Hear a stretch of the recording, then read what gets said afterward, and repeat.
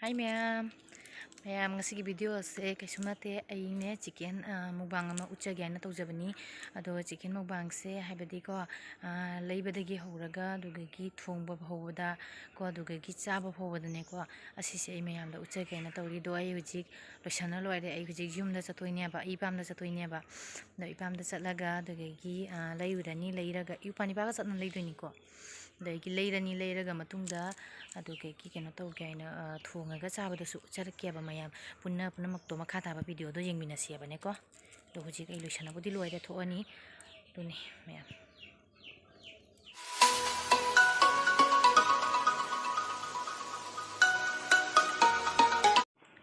mayam ko aina ne ipani pada haibne ba haibdi mase ingmunda okpo thoklo waidana ina hairiba ado okpo thoklo haibdi kaimnate ai sel obala haidini ba moi khangde ba ngasi aina jumda chakani haibase moi khangde ba ado aina haine ba ai keno tawdori ai gidi haidaba ko sumai na mi amga pocha yam tang phangna bagi khona bagi taw noi ai phone tawrke adu mi do mafam duga nang leira mo haidana mase aina kauri nya bane haibdi lawala waina du ma haidraga su mi amga phangna waidana dumaina dum wase haidini bane ko ado kari hai jengsi jawraga magi reaction do haidi leidana kamaina ibani badana ta surprise hoidonia ba I ubada ki chiche se machin thi dini haidana ne ko aduna jengmina simana ta lena shocking magi mai face to kamai to gi haidana la jengmina sika ipani ba sa jawre ya ba vikas pero nang khajabra I lakani haidana nang khajabra I lakani na hairo ne ma video se uning na manoi ma video se uning na manoi ye yung sakta ji asiga leire asiga I kyam lau doi ba khangde dum kaya kha lau doi no khangde ba se dum lau rani ba tawre ba isu ko kata ko to foto ko do ai kilo ma lau gani sigagi asi mafam se moi semaga sumaina pi abane haidi aina leidana aina kgm launingba aina adha khak launingba aina khaibok launingba kyam launingba aigi marji ko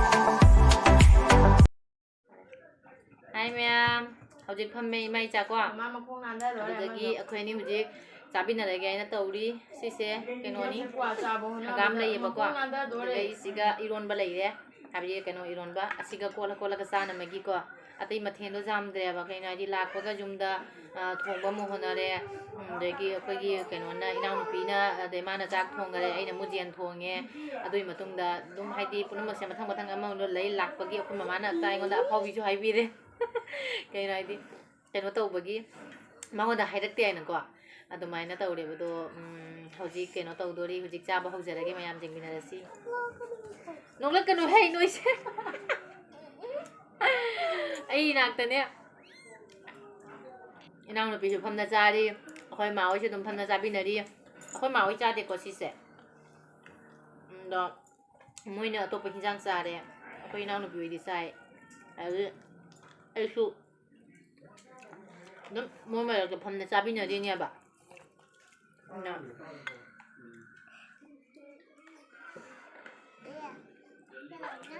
anh cái khi làm giống như rồi đi. Thành lại bây giờ. Nè. 이만큼 미실 잡으려고. 내야 너 lâu cả thùng kia. Em phải ra thì lau cả thuộc à? Lau cả thuộc bây giờ. Lôi là cái đầu luôn. 내야 mà nung nó thâm đồ trắng quá sai đó.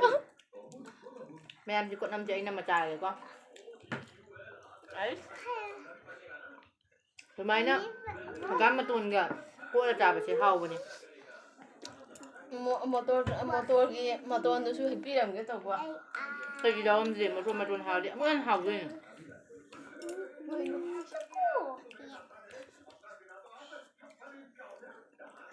Nhưng mà nào rồi phải chịu hơn là kìa.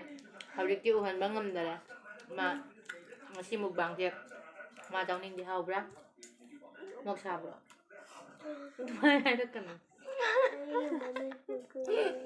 Hai đứa Phải chắc coi. Mẹ anh nói sẽ kém nát hả ba? Nào nó biết như nào? Anh mang cái phàm bên nào sang ngang ngầm đấy. Anh nó bưng ngốc nó mới bắt đầu nó. là gì rồi? Để kim. Thế nào? Đặt tôi xem. 내가 커지겠어. Một cái đây bật nữa.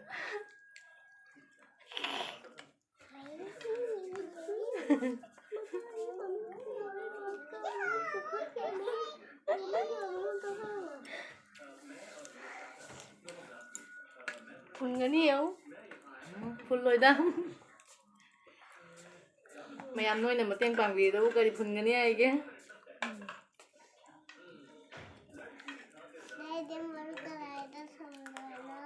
Là hai đứa.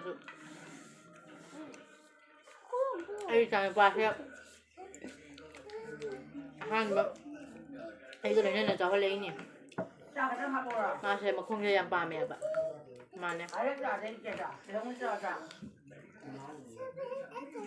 Yes, my mom is right.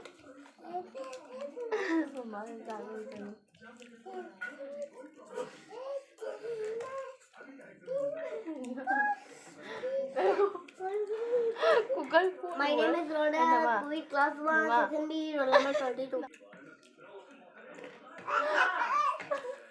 Cậu đen. Cá thế lâu rồi, em quạt cá đâu để anh bị kìa, cá thế rồi. Chấm chính. Mẹ mấy nè. Ngasi mukbang này đâu chơi số khăng đẹp à? Hay biết đi. Ai số khăng đẹp à? Sumai nè anh cái nó tông cái này hay đợt này hay đi mukbang mà khắc tông cái này hay đợt này anh sum khăn jaba. Ngasi sẽ anh này có kamai tau đi hay bây giờ chúng ta lạc bớt sẽ ai khăng đẹp à? Cái nào khăng đẹp à? Con mama số khăng đẹp, con mama cái nào khăng đẹp à? Tụi bạn đi vào tông cái sai nó ý đi nhỉ đó. Aduna dumai tau na ta da la banina aina sum hai di cha ba se aina uchaning mom su phawi ne ba koi puna mak se punna loi cha bi na ri ne ba ado aina khali si samja bagi akoi mama oi yaw da be wani ne ba degi aina kaya cha kumai na se na punna cha bi na ba se mayam phawi na kwa aina mo se surprise pizza ba ne ba मामतोन तो कहा मम्मा ने कि एक आदमी ना मामतोन से मिलेगा। Nama. Okay बाबा चुप रहो ना वही मामतोन को सुनाया कि आने को कहा। Cái này. Mà ở phải đi qua bò ra đó. Ấy khẩn cái năng đặc là luôn chú rung rồi nè. Mama, jude mama. matondo nauradi ne jude ba ai do katang li ma ne duna su haidi gam di jude dum kadang kadang chal ba ai da ba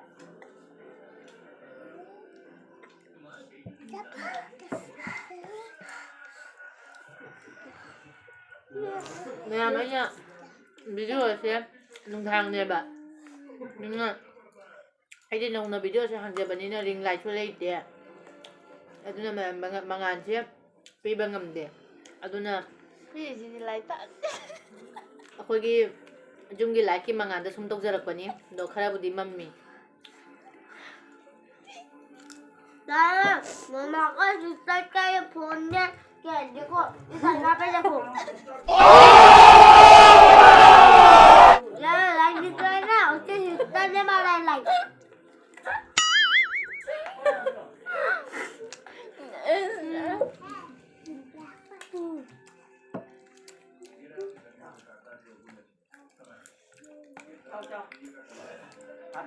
Ama tawri ba mayam ko ai di ngan na masel leitra bani upai leitra na ai inaw no pi dagi magi mobile gi mathun gi flashlight to thala ga tawri ba do ai na siwa se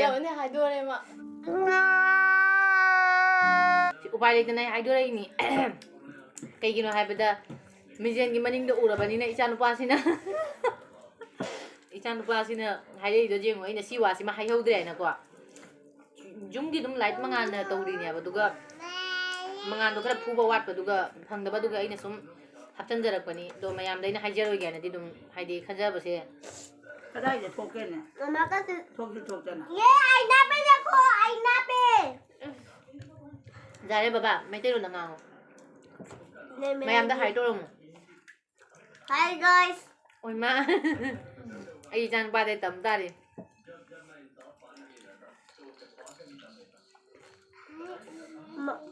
oi ma I'm gonna hi everyone Sana chị có join tàu rồi đó join tàu rồi chị có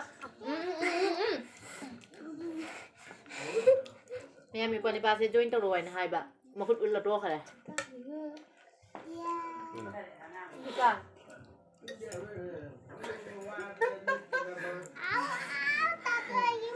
Mẹ em Đấy mà cái chỗ đó.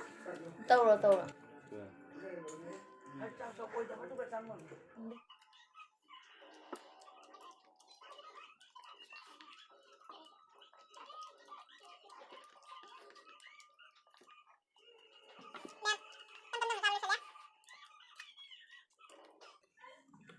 ai chứ mà không chơi làm bà mẹ học cho hậu hậu vậy mình nghe bảo Thế nó là ta bảo nó đây mà.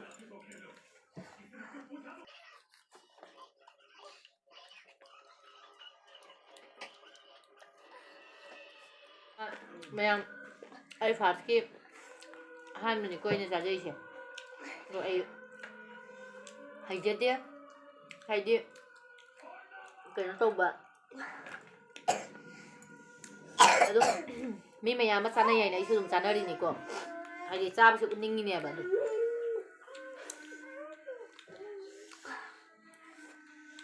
ai mi che ta no se cha ji phan character hui phan character na bi che dum ui mo se ula de yam nong ning du na noi ga than se ya de du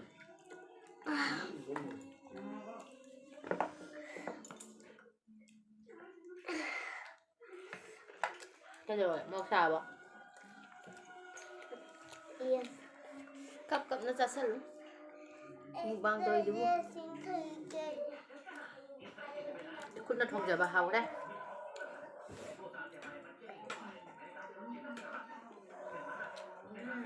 ดูมายาไอ้ลอยนี่ซาบลอยจะได้พยายามจะแค่เล่มไหมซาบังกำเด้จานบัดลอยแล้วก็เฮากดแค่ไอ้มือทันตั้งไงเฮาเลยไอ้ที่ซาบักแค่ไอ้ตับเบียบอ่ะอันนั้นน่ะลอยแล้วกดไปซุกเฮาอ่ะนี่นะ